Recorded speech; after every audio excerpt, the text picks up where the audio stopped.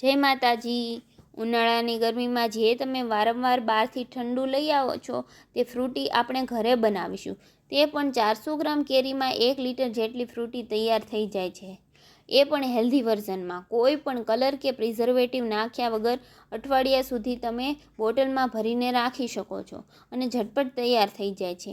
એના માટે કાચી અને પાકી કેરીનું પ્રમાણ સરખું લેવાનું। કાચી કેરી વધારે ખાટી હોય તો ઓછી લેવાની અને એમાં કાચી પાકી કેરીના કટકા કરીને એક વાસણમાં નાખી થોડુંક પાણી નાખી દેવાનું। મેં અહીંયા ખાંડને બદલે સાકર લીધી છે, જો બાળકો પીશે તો પણ વાંધો નહીં।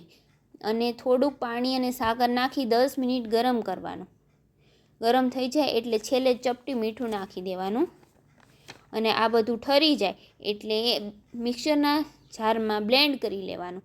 આ પલ્પને ગાળી લેવાનો છે અને આ પલ્પમાં પાણી રેડીએ એટલે તૈયાર થઈ જાય ફ્રૂટી। આ પલ્પને તમે બોટલમાં ભરીને પણ રાખી શકો છો અને જ્યારે જોઈએ ત્યારે પાણી નાખીને ફ્રૂટી તૈયાર થઈ જાય। Mango Frooti fresh and juicy. જુઓ કેટલો મસ્ત કુદરતી નેચરલ કલર આવ્યો છે, એનામાં કોઈ પ્રિઝર્વેટિવ કે કલર નાખ્યો નથી। તો તમે પણ બનાવજો હેલ્ધી વર્ઝનમાં ફ્રૂટી। Thank you.